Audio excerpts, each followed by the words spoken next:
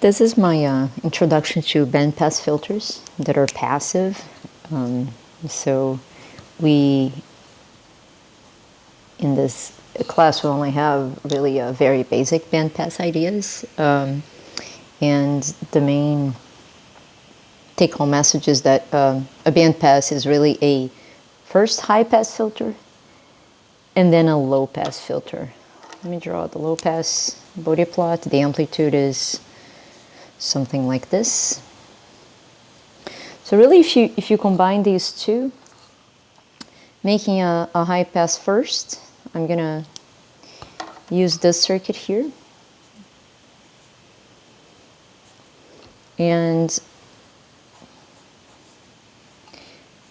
I'm taking the signal over the resistor. So what happens is the resistor still has all this the high frequency content. And then if I make another one that takes off this high frequency, which is a circuit like this, with two resistors and two capacitors, basically I have a bandpass filter.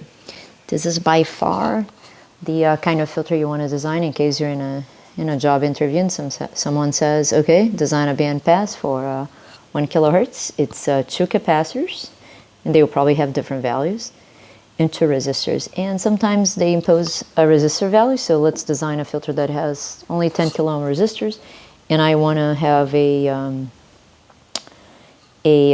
low cut at 100 hertz and a high FH at 10 kilohertz. You will absolutely draw something like this, and this is going to be your 1 over R1C1, and this is the high cutoff 1 over R2C2. If they are too close to each other, you don't really see this. So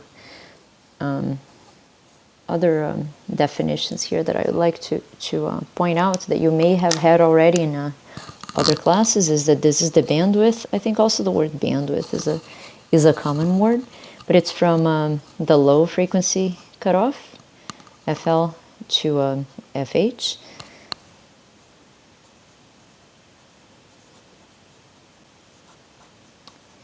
Secondly, the center frequency. The center frequency is a little bit trickier, so FC, because this is going to be plus 20 dB, and there's a, the cutoff is really minus 3 dB. Minus 3 dB this is the geometric